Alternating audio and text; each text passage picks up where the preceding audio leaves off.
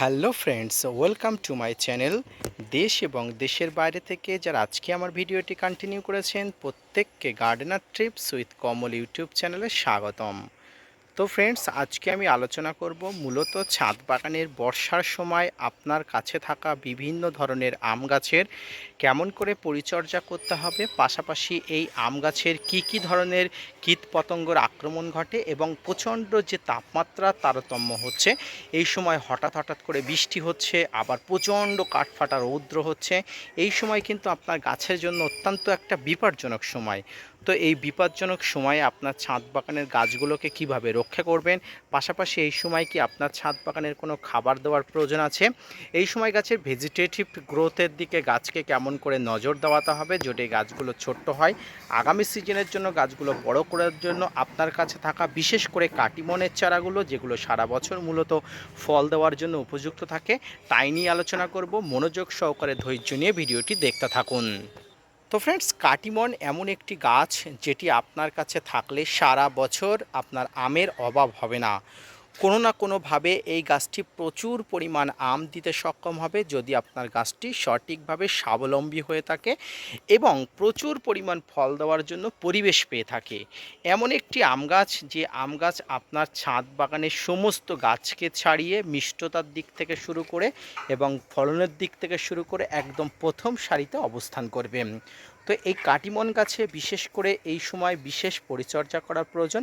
পাশাপাশি শুধুমাত্র কাটিমন গাছে নয়, আপনার সঙ্গে থাকা বিভিন্ন নামি দামি প্রজাতি যেগুলো মূলত আপনি আপনার ছাদ বাগানে বিশেষ স্থান দিয়ে রেখেছেন সংগ্রহের তালিকায়, সেই সমস্ত গাছগুলোকে আপনাকে পরিচর্যা করতে হবে। তো এই পরিচর্যার মধ্যে সর্বপ্রথম আপনাকে যেটি করতে হবে সেটি হচ্ছে, দেখুন প্রচণ্ড গরম পড়ছে, পাশাপাশি প্রচণ্ড বৃষ্টি হচ্ছে, অর্থাৎ জুলাই মাসের প্রায় প্রথম সপ্তাহ শেষের দিকে। এই প্রথম সপ্তাহ শেষের দিকেও এসে আমরা এখনও স্যাটিসফাইড বৃষ্টি পেলাম না, অর্থাৎ গাছগুলো যে সঠিকভাবে বেড়ে ওঠার জন্য যতটা পরিমাণ বৃষ্টির দরকার ততটা পরিমাণ বৃষ্টি এখনও পেলাম না। প্রচণ্ড বৃষ্টি মাঝে মাঝে হচ্ছে 2-1 ঘন্টার জন্য, আবার যেমন কাঠফাটা রৌদ্র বার হয় ঠিক তেমনভাবে রৌদ্র বার হচ্ছে। এটি কিন্তু ছাদ বাগানের গাছের জন্য অত্যন্ত ক্ষতিকর। তাই আমি আপনাদের বলবো, যদি আপনাদের সমর্থন থাকে, যদিও আমার এটি সমর্থন নেই, আপনার ছাদ বাগানে এখনও পর্যন্ত গ্রিন নেট আপনি যদি টাঙিয়ে ছিলেন, অর্থাৎ গ্রীষ্মকালে আপনি টাঙিয়েছিলেন, গ্রিন নেটটা দয়া করে খুলবেন না। এবং যদি খুলে থাকেন তাহলে আপনার ছাদ বাগানের যে শেড আছে, এই শেডের কাছে আপনার আম গাছগুলোকে একটু আপনার জায়গা পরিবর্তন করুন। কারণ এই প্রচণ্ড তাপমাত্রাজনিত কারণে কিন্তু গাছের বিভিন্ন সমস্যা হয়, জাস্ট লাইক পাতা পোড়া সমস্যা, বিভিন্ন ধরনের ফাঙ্গাসের আক্রমণ, বিভিন্ন সমস্যা হয়ে যায়। তাই এই সময় আপনাকে প্রথম যেটি করতে হবে সেটি হচ্ছে একটু ছায়াযুক্ত স্থানে আপনার গাছগুলোকে কিন্তু রাখতে হবে। দ্বিতীয় যেটি হয় সেটি হচ্ছে, আমি ফাঙ্গাসের আক্রমণের কথা বললাম, যে কোনো প্রচণ্ড তাপমাত্রার তারতম্য হলে ফাঙ্গাসরা কিন্তু উপযুক্ত পরিমাণে জায়গা পেয়ে যায় কিন্তু এই বাসা বাঁধার জন্য। তাই এই তাপমাত্রাজনিত তারতম্য যাতে না হয়, আপনি প্রচণ্ড তাপমাত্রার সময় অর্থাৎ রৌদ্রের সময় আপনি গাছগুলোকে ঠান্ডা কলের জল দিয়ে স্প্রে করে দেবেন। আপনি ট্যাবের জল নেবেন না, কারণ ট্যাবের জল গরম থাকে। আপনি একদম ঠান্ডা জল, যদি পারেন ফ্রিজের ঠান্ডা জল দিয়ে আপনি গাছগুলোকে স্প্রে করে দেবেন। শুধুমাত্র আম গাছ নয়, আমি বারবার রিপিট করছি, আম গাছ শুধুমাত্র নয়, সমস্ত ধরনের গাছে কিন্তু এই পদ্ধতি অবলম্বন করবেন প্রচণ্ড তাপমাত্রার সময়। গ্রীষ্মকালে তো স্পেশালিস্ট আপনাকে করতেই হবে, কিন্তু গ্রীষ্ম পেরিয়ে এই বর্ষার সময় প্রচণ্ড কাঠফাটা রৌদ্র বার হচ্ছে। এই কাঠফাটা রৌদ্র কিন্তু গাছের প্রচণ্ড ক্ষতি হয়। হ্যাঁ, একদিক থেকে আমাদের জানা উচিত সূর্যের আলো কিন্তু গাছের ক্লোরোফিল তৈরি করে, গাছ খাবার সংগ্রহ করে, কিন্তু অতিরিক্ত সূর্যের আলো কিন্তু গাছের কচি পাতা সহ্য করতে পারে না, যেহেতু গাছগুলো একদম ছোট থাকে। বড় গাছগুলোর সহ্য ক্ষমতা এবং ছোট গাছের সহ্য ক্ষমতা কিন্তু অনেক ডিফার আছে। তাই ছোট গাছগুলোকে আপনি গ্রিন শেডের মধ্যে রাখবেন, নতুবা আপনি যে জলের স্প্রের কথা বললাম সেটি আপনি করবেন। দ্বিতীয়ত যেটি করবেন সেটি হচ্ছে, ফাঙ্গাসের আক্রমণ যাতে গাছে না হয় সেই জন্য আপনাকে সপ্তাহে একবার করে ফাঙ্গিসাইড দিতে হবে। দেখুন, বর্ষার সময় ফাঙ্গাসের উৎপাত বেশি হয়, তাই এই সময় আপনি ফাঙ্গিসাইড ব্যবহার করবেন। প্রচণ্ড বর্ষা হলে, যেদিন হঠাৎ করে বর্ষাটা কম থাকবে, একটু আকাশ পরিষ্কার থাকবে, সেই দিনে আপনি অবশ্যই 1-2 ঘন্টা যাতে আকাশ পরিষ্কার থাকে এরকম পজিশান থেকে আপনাকে ফাঙ্গিসাইড দিতে হবে। ফাঙ্গিসাইড আপনি কী ব্যবহার করবেন? এই বর্ষার সময় আমি আপনাকে ব্যক্তিগতভাবে যে ফাঙ্গিসাইড ব্যবহার করতে বলবো সেটি হচ্ছে ব্লু কপার বা ব্লাইটক্স। এই ব্লু কপার বা ব্লাইটক্সের জুড়ি মেলা ভার, এটি অত্যন্ত গুরুত্বপূর্ণ, অত্যন্ত শক্তিশালী একটি ফাঙ্গিসাইড। গাছের পাতাতে ছোপ ছোপ দাগ থেকে শুরু করে ডাল শুকানো, ডাল নুয়ে পড়া, পাতা শুকিয়ে যাওয়া এবং পাশাপাশি গাছের শিকড় পচা সমস্যা থেকে দ্রুত কার্যকরী ভূমিকা নেয় এই ব্লু কপার বা ব্লাইটক্স। তাই এই সময় আপনি 1 গ্রাম বা থেকে 2 গ্রাম এই ফাঙ্গিসাইডগুলো আপনি 10 দিন অন্তর অন্তর বর্ষা চলাকালীনই বা বর্ষা যেদিন একটু কমবে বা প্রচণ্ড গ্রীষ্মের সময় তো আপনি ব্যবহার করবেন।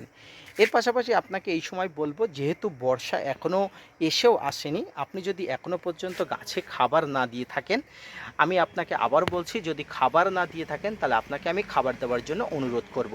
এই খাবারের মধ্যে আপনি মিশ্র খাবার রাখবেন। এই খাবার সম্পর্কিত অনেক ভিডিও আমি আমার চ্যানেলে দিয়েছি, দয়া করে দেখে নেবেন।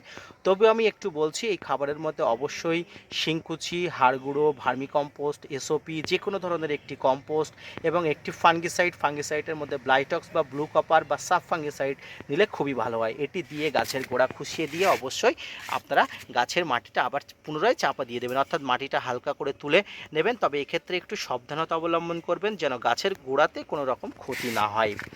এই কাটিমন আম গাছ, এই কাটিমন আম গাছ এমন একটি আম গাছ, সামান্য পরিচর্যাতে কিন্তু তরতর করে বেড়ে ওঠে এবং আপনাকে কিন্তু একদম স্যাটিসফাইড করে দেবে। আপনি দেখুন, আমার এই গাছটির বয়স মাত্র 6 থেকে 7 মাসের কাছাকাছি বা 1 বছরের কাছাকাছি কিছুটা সময় এখনও বাকি আছে, 1 বছর হয়নি।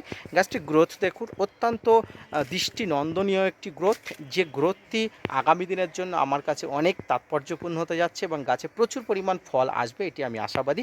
তবে গাছটি 2 বছরের আগে আমি কোনোভাবেই গাছ থেকে ফল নেব না এবং এর মধ্যে যদি গাছে মুকুল আসে, মুকুলগুলো তো আমি ভেঙে দেবই। এবং প্রত্যেক সচেতন ছাদ বাগানের এটা মাথায় রাখা উচিত, কোনো ধরনের অল্প বয়সী গাছে কিন্তু ফুল ফল নেওয়া ঠিক নয়, তাতে গাছের ভেজিটেটিভ গ্রোথ নষ্ট হয়ে যায়। গাছ কিন্তু এই ফলকে মানুষ করতে করতে ফলের পুষ্টি যোগান দিতে দিতে কিন্তু দুর্বল হয়ে পড়ে, এক সময় গাছের উপর অধিক চাপ পড়লে কিন্তু গাছ মৃত্যু মুখে পতিত হয়। তাই বর্ষার আগে আপনাকে মূলত 3টি কাজ করতে হবে। 1 হচ্ছে খাবার না দেওয়া হলে আপনাকে খাবার দিতে হবে। 2, এই সময় গাছকে অতিরিক্ত তাপমাত্রা দেওয়া যাবে না, তার জন্য আপনাকে গ্রিন শেডের ব্যবস্থা করতে হবে অথবা আপনাকে জল স্প্রে করার ব্যবস্থা করতে হবে। এবং 3, যেটি করতে হবে সেটি হচ্ছে ফাঙ্গাসের আক্রমণ থেকে রক্ষার জন্য গাছে ফাঙ্গিসাইড ব্যবহার করতে হবে।